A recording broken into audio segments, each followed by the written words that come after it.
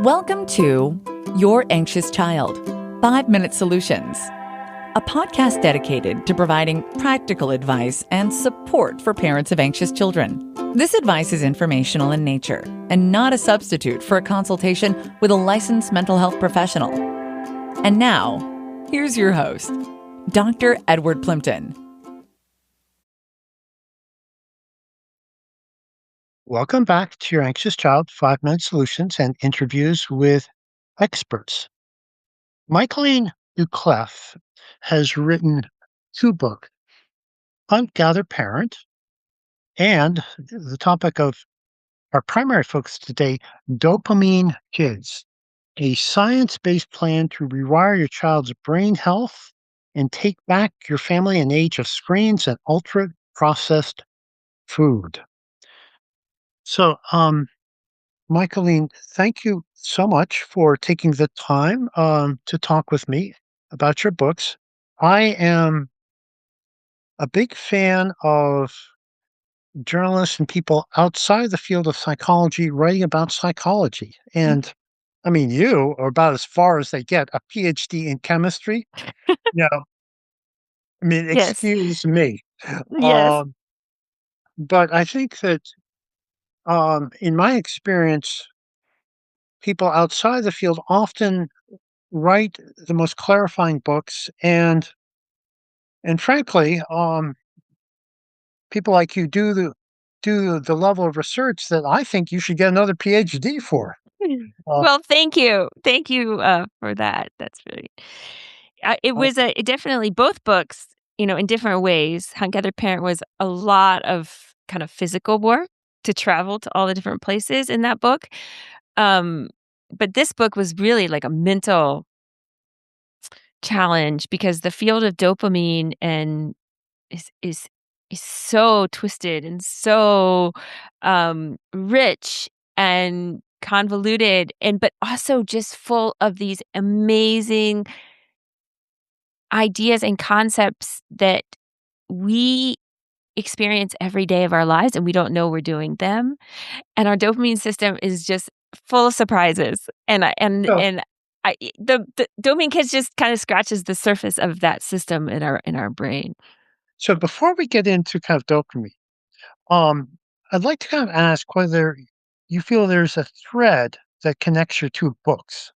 Because Yes. one book is a cross-cultural perspective on parenting, and the other is, as you explained, we're looking at the bullet train that has of unprocessed food and screens that has hit us. So, Yes. is there an underlying thread between the 2 books? Yes, I think there's 2 underlying threads, and the first is both books are really about motivating kids. Like how do you motivate a child from 2 to 16 to do something that you want, right? To do something that you think is important for the kid. How do parents do that? And in Hunt, Gather, Parent, we look at how parents have do it all over the world and throughout history. And then in this book, we look at how these modern products in our lives, screens, ultra-processed foods, really at their core motivate children, right? Foods are motivating children to eat often, eat a lot, and eat the foods that these food companies make. And technology companies are motivating kids to use their products. And they're doing a really good job at motivating them to use their products because the average teenager uses a screen, an app for 7 hours a day outside of school. And so the question is like, how are these products doing this? And then can we as parents use similar tactics or even just through the knowledge of this, figure out antidotes and ways of motivating kids to get off of them and motivating kids to do the things that actually make them feel good. So that's one thread is like motivating. How do you motivate a child? How do you motivate yourself? And then the second thread is like, what do children need to be happy? Mhm. That was a big part of Hunt, Gather, Parent is like, what does a 5-year-old need to behave well and feel good? And that, again, is in dopamine kids because we have these products in our kids' lives that actually don't make them feel very good. They make them use them, but in the end, we're starting to see how they're often left lonelier, sadder, more anxious, and at the very least, they don't fulfill their needs as a human. And I think that's another thread is like, what 5 things do children need to feel confident, to feel joyful at the end of the day, to sleep, get good sleep. And so both of those are that question is tackled in both of these books. And I think if you read them both, you have a good idea of what your kid needs, I think, and how to give it to them. I would agree. You know, um, before we talk about some of the kind of specifics of processed food and kind of screens, I think it would be really helpful if you could talk about what you've learned about dopamine. Yeah. Um, because I think it's when we have a kind of a parent who's struggling to get their child off of the screen at night, I think you offer a very helpful perspective in terms of how dopamine might be operating. And you've often, and you've also talked to the leading people who have, done the research on dopamine. And I Yeah. wonder if you could, just give us a kind of an overview about how dopamine works and some of the interesting features of it, like Yeah. sign tracking Yeah. and how Sign tracking. and how dopamine gets short circuited. Yes. So from about the 50s, the scientists thought that they understood kind of what motivates people. They thought it was about, or starting around the 50s, they thought it was about pleasure. So they would light up a part of the brain of a rat, a mouse, even humans. They would kind of put electrodes in and light up this part of the brain. And what they saw was that the animal or the person wants to keep lighting up this part of the brain. If they can press a button to light it up and send electricity to this part of the brain, they keep doing it over and over again. Press, press, press, press, press, press, press, press. And they interpreted this experiment to mean that it felt good. That when this part of the brain lights up, it feels pleasurable. And that the animal and the person is pressing the button over and over again, press, press, press, press, press, press, press, press, press, because they're seeking pleasure. And they thought they found the pleasure center of the brain. And eventually they found that in this part of the brain, the neurotransmitter that kind of fuels it is dopamine. And so they said, okay, this was like the 70s. Okay, dopamine gives us pleasure. And we do things and we want to do things and we become obsessed with things because we are just constantly seeking pleasure. And so that's gave rise to this idea of dopamine hits and we're all, going after pleasure all the time. Well, there's a neuroscientist at the University of Michigan, Kent Berge, who in the 90s started to get a series of experiments that was like, whoa, this doesn't look right. This isn't working out. That this neurotransmitter dopamine, this part of the brain, isn't actually probably giving animals pleasure. I mean, how do you know a rat is feeling pleasure? And what he started to find slowly, he and another scientist in Germany, Wolfram Schultz, what they slowly started to find was that dopamine wasn't giving people pleasure and people weren't pressing this button over and over again because it felt good. Dopamine gives us the feeling of desire, of wanting. It's about motivation. And oftentimes we're motivated to seek out things that give us pleasure, but not always. So the human brain and basically all animals have a very unique architecture. There's a center in the brain that's focused on motivation and wanting.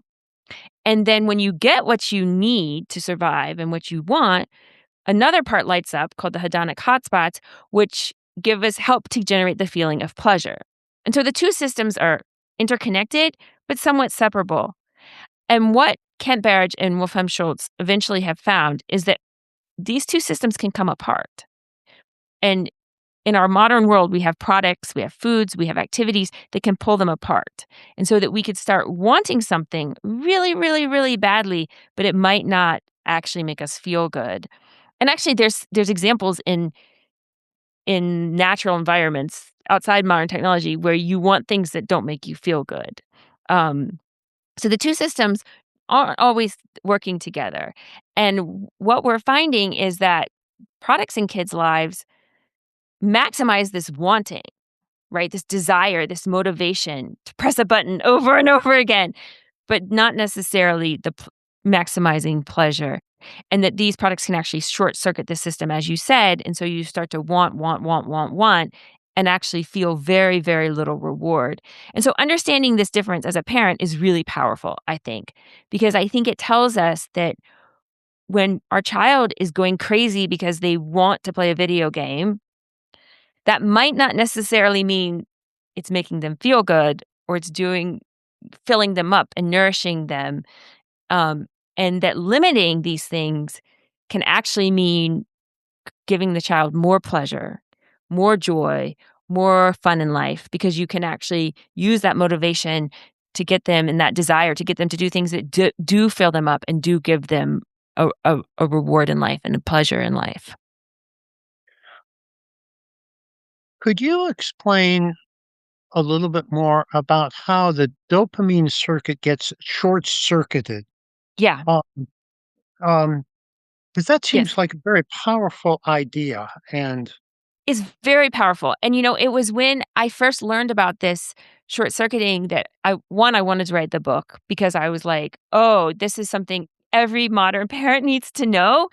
But as a personally for myself, I started to understand my own behavior, like around my phone, around ultra-processed foods, because I could feel this short circuiting. And I think kids can feel it too. So it is a really powerful idea. So I want to say this, number one, this short circuiting happens in every animal that's been tested. So pigeons, fish, chickens, monkeys, and humans too. So it's a very probably ancient phenomenon. Some neuroscientists think it might have a role in nature. Um, can you hear the piano? My daughter just started playing the piano too. Okay. oh, Um, okay, the short circuiting. So what happens is the dopamine system works like this. You see some cue, or there's some cue in your environment, let's say a sound, a smell, a thought, and it triggers a surge of dopamine, and that makes you want something. So classic example is it's 4 o'clock in the afternoon, a kid comes home from school, they walk in the door, they're basically all the cues in their life are saying, it's time to play a video game, right? This is when I play video games. I want to play a video game. And that dopamine surge makes you motivated and to go get what you want, right? And do work.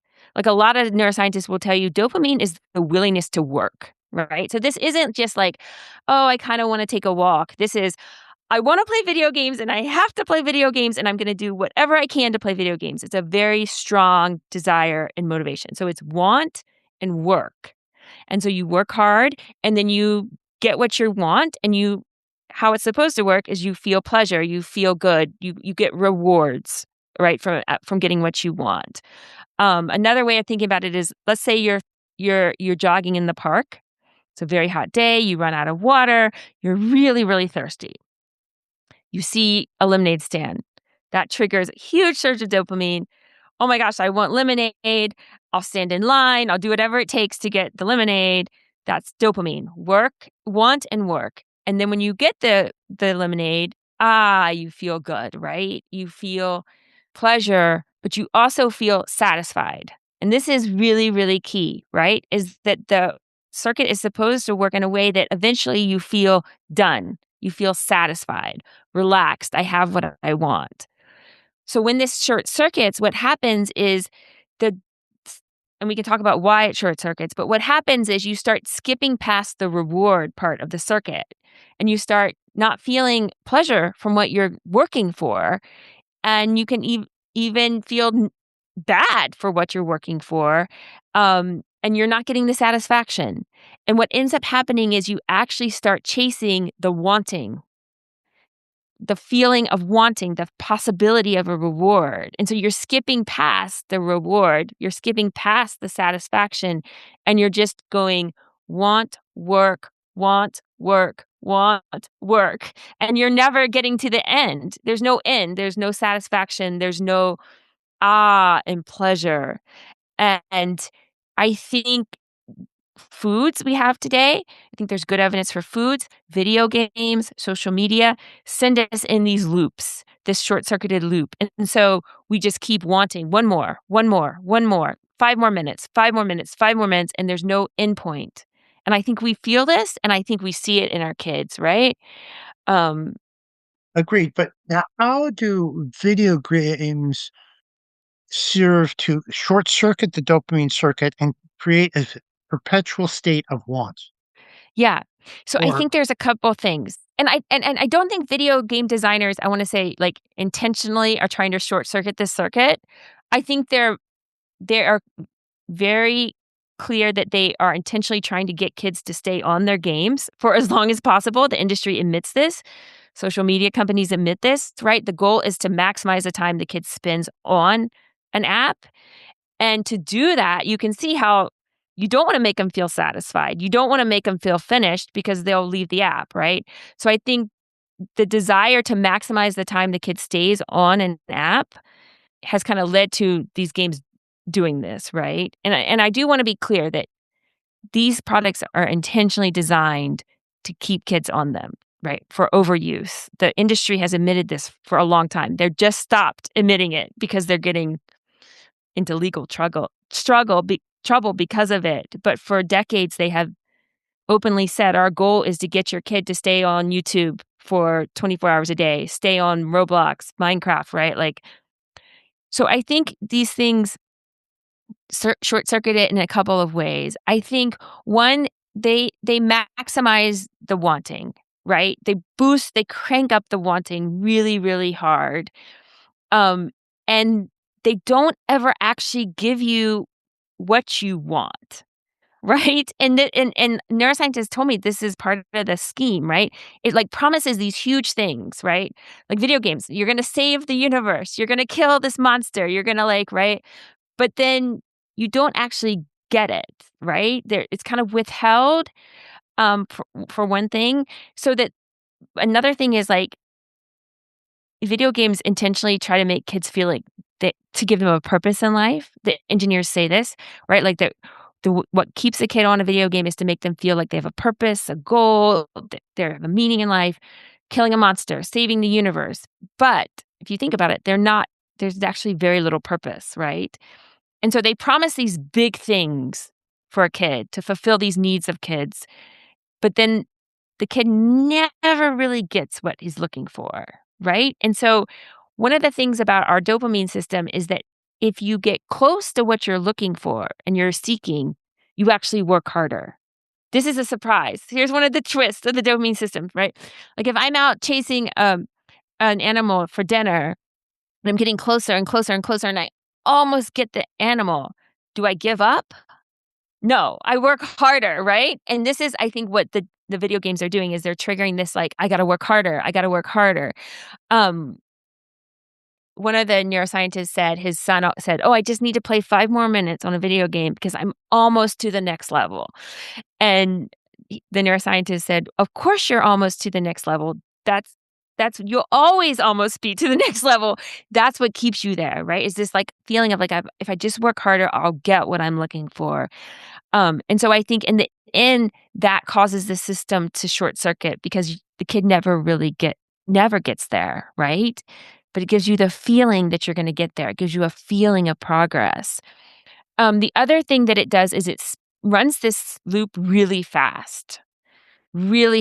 And I think that contributes to this short circuiting. This system in our brain is not meant to run so fast. It's meant to be like, want something, work hard, get it. And it takes time, an hour, 2 hours. But we're talking about it running like in seconds and minutes and stuff.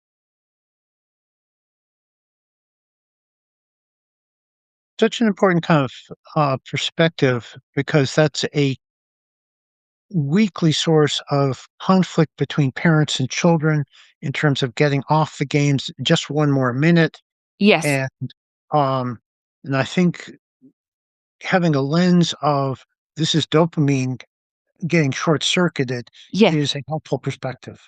Yeah, Yes, it's not the kid's fault, right? right. It's not like a weakness of the child. It's the child's brain is doing what it evolved to do, right? Work hard for these goals, work hard for these needs, and the product is exploiting that.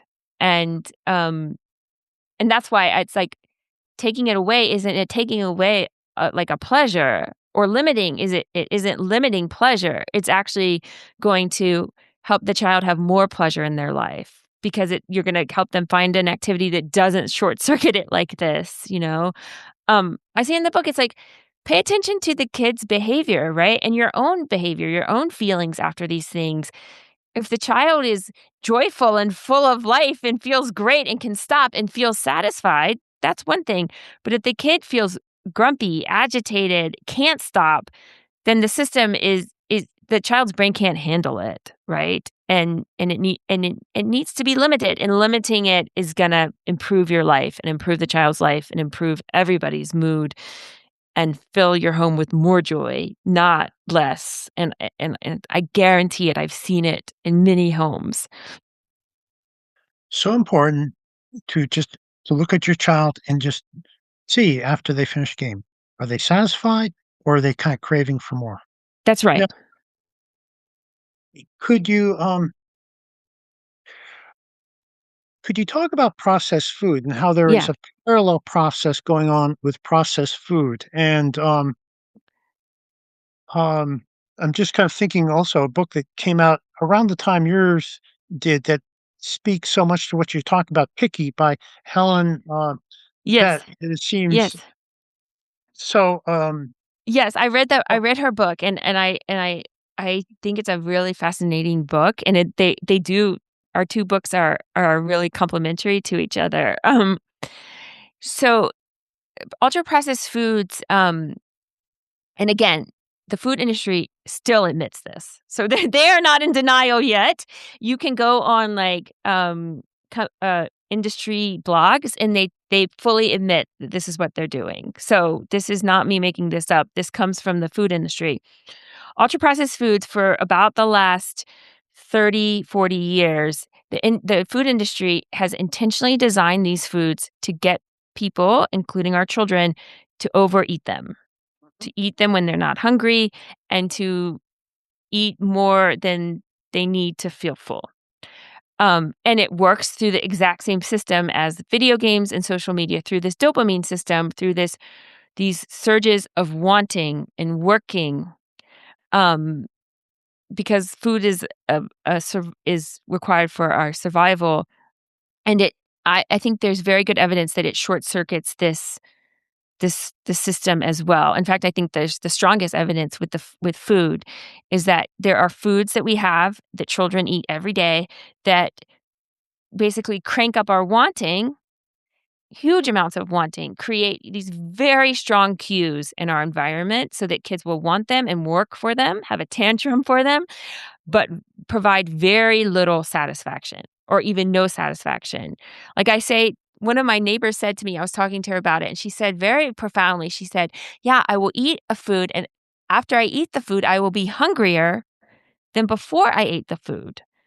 And I think this is such a fascinating idea, right? That one would think that you would feel less hungry after you eat food, but in fact, these foods do the opposite. They make us feel hungrier. And I think video games and social media do the same. Like when I go on social media, I feel pretty good and I feel like I don't need social media. And then all of a sudden I need more of social media, right? And so I think being a parent, understanding this is really important, that these foods are not going to fill up our children. They're not going to make our children feel satisfied. And they're going to impair their ability to eat to your satiation, right? To listen to your satiation signals. And I do want to say that, like, all kids are different, and there's good data out there to support the idea that some kids can handle these foods and aren't so bothered by them, but some kids are really sensitive to them and really will struggle in an environment filled with them. Um, the other thing about ultra processed foods that's really fascinating, and this is just coming out, is that one of the ways that they do this, that they create this extremely strong wanting, is they crank up the calorie density of these foods to beyond what is really found in nature, especially foods that are high carbohydrate. So I'm talking about, like, not just sugar, but like refined carbs, so like crackers, granola bars, pretzels. Over the last 20 years, they've increased the calorie density of these foods higher and higher and higher. And scientists have found that the calorie density correlates really, really well with the dopamine surge. And so the higher the calorie density foods, the higher the wanting, the higher the dopamine. And in my experience, I think, and in Picky, you can kind of see this. Kids will really seek out the highest calorie dense food in their environment, and they will eat that before they eat lower calorie dense foods. And again, this is not a weakness of theirs. This is how their brain evolved to work, right? Because that makes sense. Because why would you eat a carrot when you would need to eat like 50 carrots to get the same number of calories of eating just like 5 pretzels, right? Just evolutionarily, it makes sense. And so what I think it tells you as a parent is it tells you kids need time and places in their lives where whole foods and minimally processed foods are really the only option so that they have a chance to eat these foods. I think in our eagerness to avoid food battles, to avoid body shaming, to Yes. avoid kind of being obsessed with, body image and kind of food and not to kind of be, kind of harpies about that. Yes. We have also misinterpreted the original research by Clara Davis back in 1931 about that children can naturally self-regulate their food intake if left alone. And Yes. the nice thing about Helen Vett is that she went back and read the original research.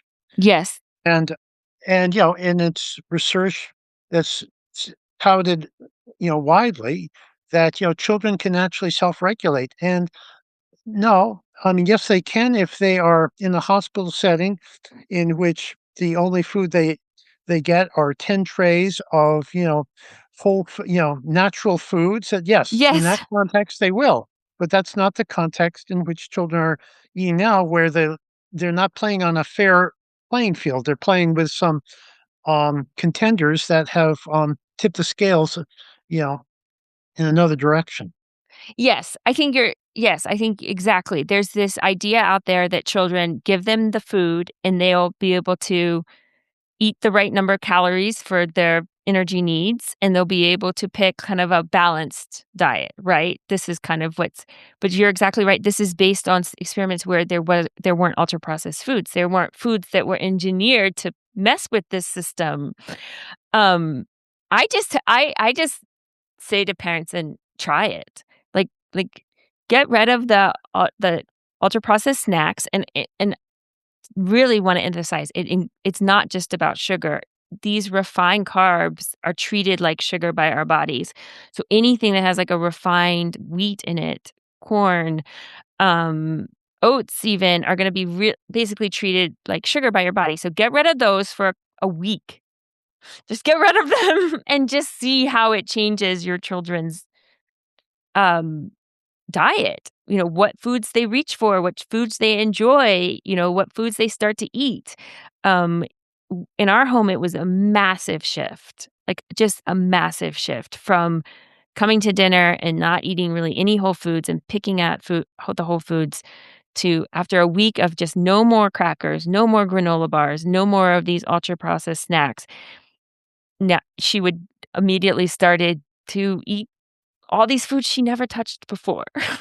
So, I mean, I really do believe that this kind of epidemic of pickiness in our society has a lot to do with ultra-processed snacks, and ultra-processed foods because our brains are just designed to go after these really high calorie dense foods that are quickly digested and have all these flavors in them, which set up this craving and this cue based eating. Basically it's called like food cue reactivity. um Fortunately, fortunately, you've given us, a way out yes, and there is. drawing upon kind of recent research on habit formation and the like. And so, okay, so Yes, it's there's a 8:30. solution. Okay, yeah, There's a it's solution. 8:30 at night, and the child is, in your great phrase, having trouble dismounting from the video game. Yes, Dismounting. And It is about dismounting. it's about dismounting. Okay. What's a parent to do? Okay. So I think it depends on the kid's age, number one. Very young children can change really fast, and a parent can just kind of be like, we're done with video games and be done. But we'll talk about that in a second. I think there's a couple things that habit science tells us work. So the first thing you want to keep in mind is that our brains work in context, right? So our brains basically say, okay, in this time, in this place, in this context, time and place, what is rewarding for me? What type of food is available? What type of activities are available to fulfill my need as a human? And then the child wants those things in that context. So the best thing you can do for a kid, and this is what Dopamine Kids gives you a guide to do, is to build time and places in the child's life where the only activities are offline, and their brain knows that there's no online activity, there's no screens during these times. So for instance, in our family, we decided that after dinner, no screens, because they were making our lives miserable. I couldn't get the kid off of them. I couldn't get her to dismount, but also they were interfering with sleep. And there's really good data to show that our children's sleep is being very much damaged by screens. And so we just decided, okay, after dinner, no more screens. But here's the key. We didn't just take them away. So habit science tells us that limits don't work, and you don't build new habits when you just take something away. Instead, we started to replace the screens with an activity that's just as fun, just as exciting, more satisfying than Netflix and watching cartoons. What was that? For my little girl, it was learning to bike around by herself. And so I said to her, okay, Rosie, we're going to take a break from the screens. I always say to her, they will always be here for you. Netflix will always be here for you. It is not going away. We're going to take a break, but I'm going to give you an activity that's more exciting, more fun, more interesting than watching Netflix. Okay, what is this? What is this? And so I had prepared her bike for her. I had gotten all the tires pumped up, and I'd set it outside, and I said, you're going to do something that you've been dying to do, but I haven't let you. Okay, what is it? What is it? Okay, I'm going to teach you to ride your bike to the market by yourself. Okay, so I'm not leaving her empty-handed. I'm not saying go to your room and be bored. Go to your room and read a book. I'm saying this is going to be more exciting. And so that's what we did. I started to teach her to do this thing that she's been wanting to do and has a lot of dopamine for. And each night, instead of sitting there telling her no screen, no screen, we went outside and I started to teach her how to do this. And very, very quickly, she forgot about the screen. But there's something very key here. I hid all of the devices. So before dinner, I hid them all. I put them actually in the dryer so that I wouldn't go get them and she wouldn't find them.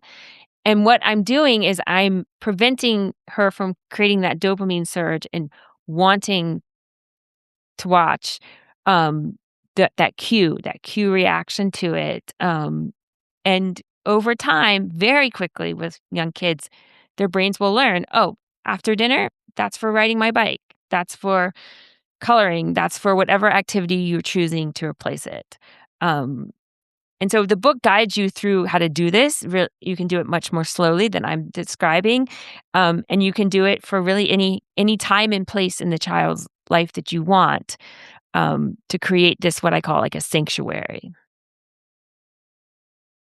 I'd like us to just backtrack a second to talk about the boredom issue, Yes. because I think that is a source of misunderstanding. Yes. And you have some very good phrases in terms of not having the child stew in the cues of their wanting.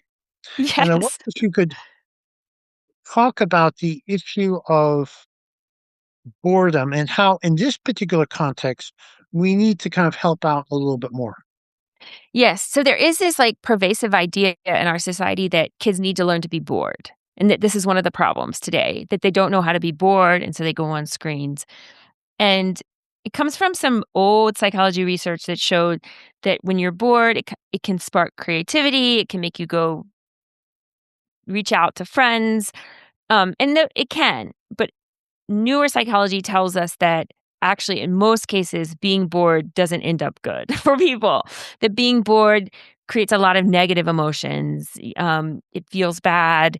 It can make you depressed. It can make you do just it doesn't always make you do good things. And in fact, that probably most of the time it ends up leaving you feel worse or leaving you craving whatever you're trying to avoid or limit. So it's a big mistake that I think we've we've been taught to just take away the screens and tell the kid, go play independently or go be bored in your room. Or we even force the kid to sit there next to the screen and not want it. Right? And anybody who's tried to get rid of a habit in their lives knows that this feels terrible, right? So a kid that, let's say, plays video games every day after dinner, if you just turn the screen off and say, no, go do something else, and you leave it there, that screen is just triggering desire in them. It's like sitting in front of like a box of cookies while you're trying to have be on a diet, right? It's a recipe for failure. And so habit science tells us, number one, you got to get rid of the cue. Like the easiest way to change a habit is to get rid of the cue or the prompt, whatever is causing you to desire the screen, to desire the video game. Get rid of it. And so for a lot of kids, that's getting rid of the console, getting rid of the iPad, getting rid of the phone, at least temporarily, so that they're not just sitting there wanting what they can't have. Moving from the room, right? And so if a child plays video games every day in the living room, getting them to go outside and do something outside is going to help reduce the desire as well. And then replacing the activity with something that the child wants to do. And so a part of Dopamine Kids is figuring out what your kid is motivated to do already.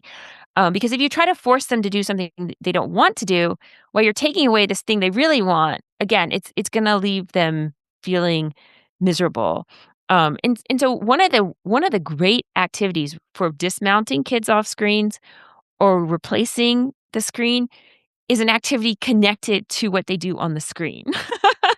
Right? So kids actually if you pay attention, kids want to talk about their video games, their TV shows, just as much as they want to go play video games. And so you can ride that wave of motivation to get them off. So, for example, a kid that really wants to be on Minecraft, you could say, you know what? I really want to learn about what you're doing on Minecraft.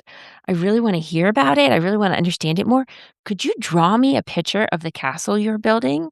Or could you go outside and build me the castle with these sticks or with these bricks, right? And so what you're doing is you're getting them off the screen.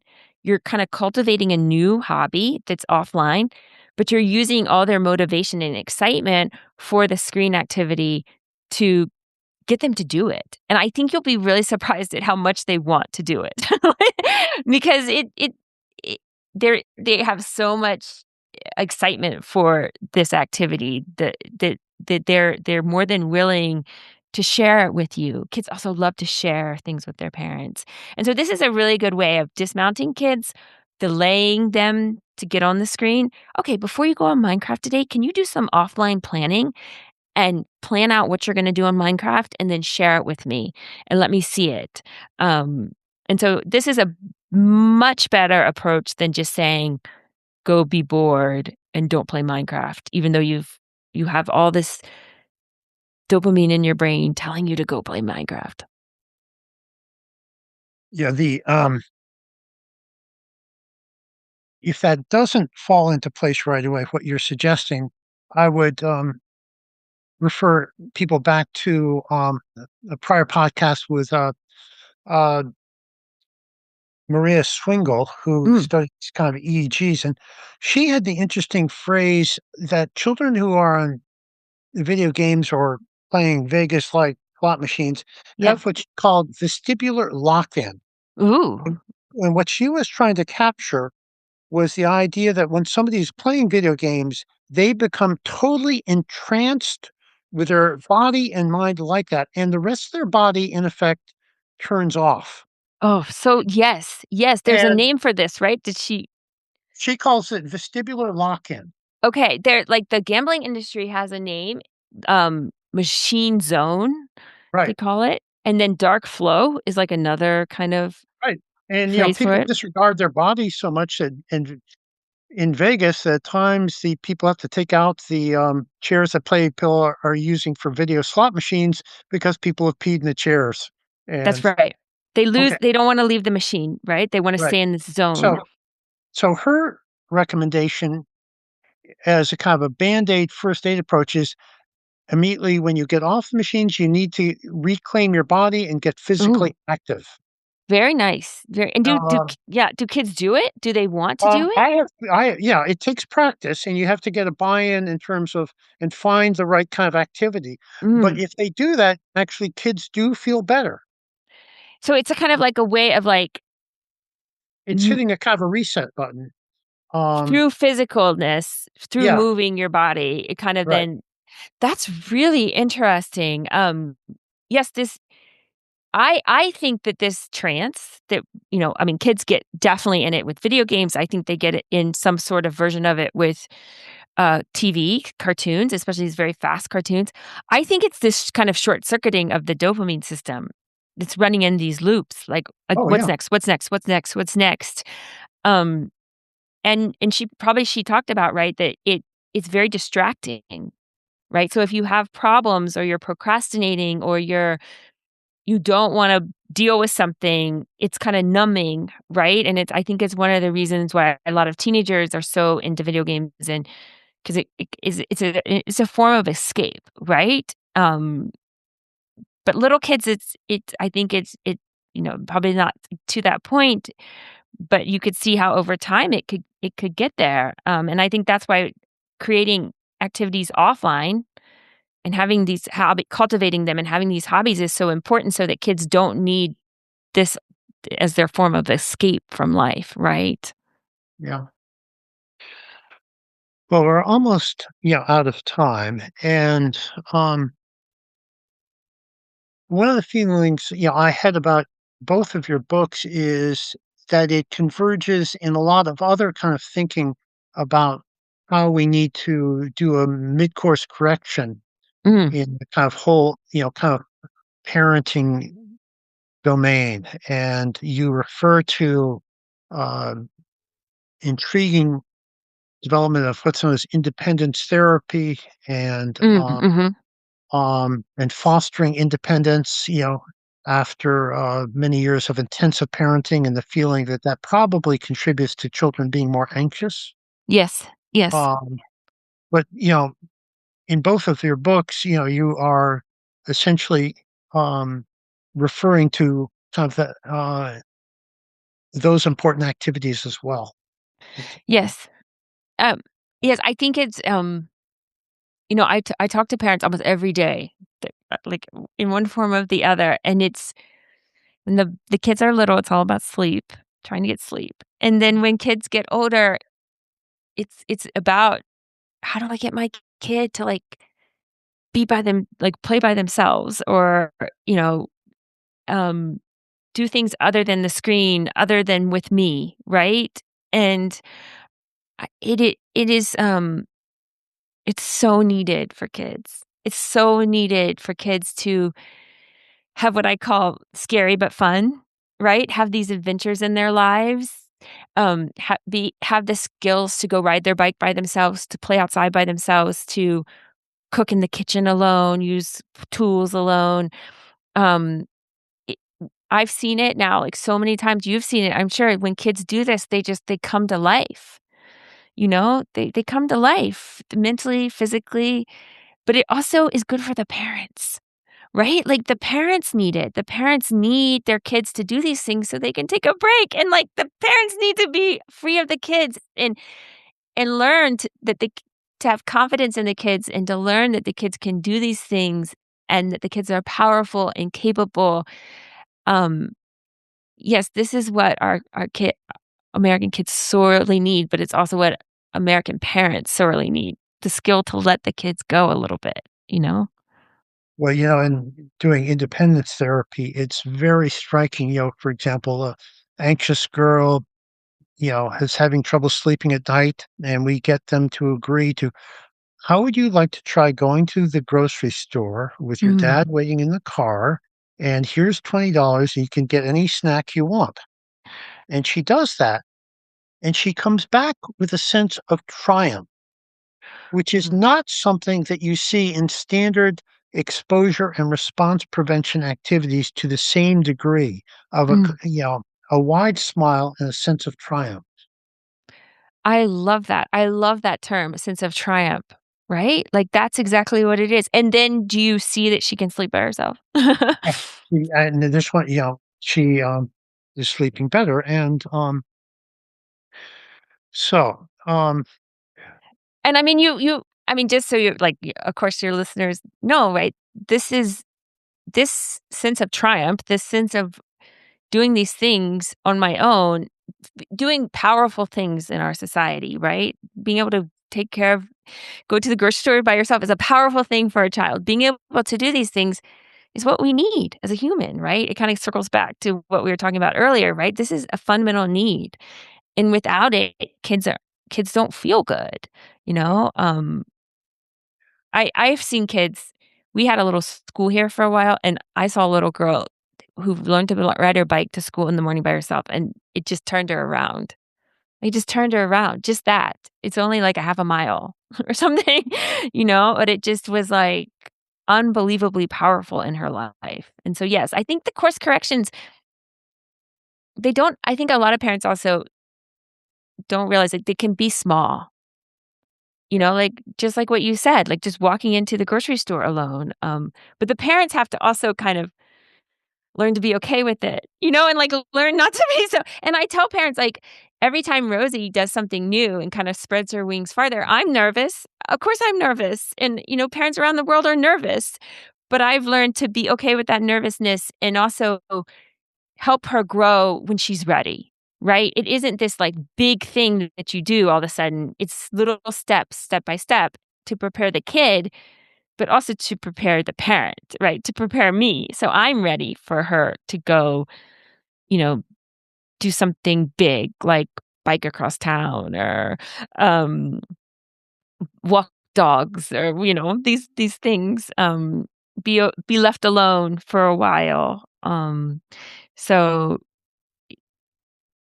little by little, and I think knowing that the parent's gonna be nervous, I'm gonna be nervous, but that's okay too, you know?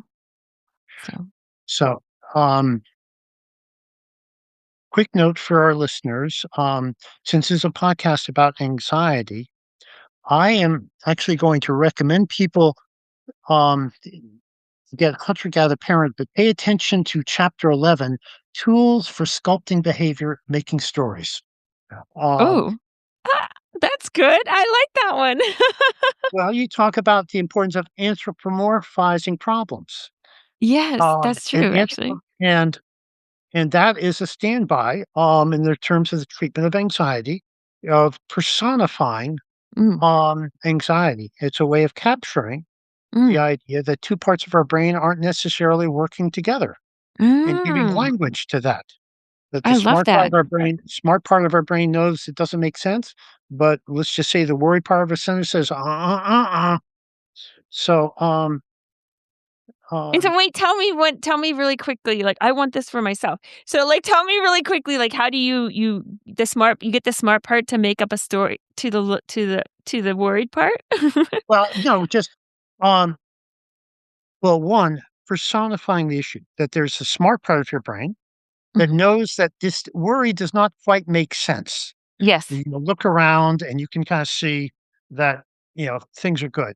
But the Yeah. work part of your brain says, and wants to say, hey, let's pretend that there are really, zombies outside. Yeah.